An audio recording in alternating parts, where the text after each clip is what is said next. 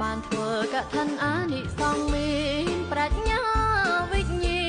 ណមួមុតឃ្លាវខ្លាសំបល់ថ្លាល្អរូបស្អាតសង្ហាសុសន្តានណាមានត្រង់ទ្រាយល្អសុសន្តានណាមានត្រង់ទ្រាយល្អ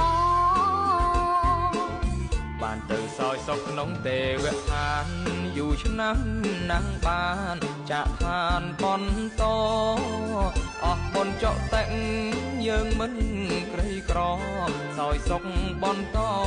យំខ្ពង់ខ្ពង់អើយសោយសុខបន្តយុគ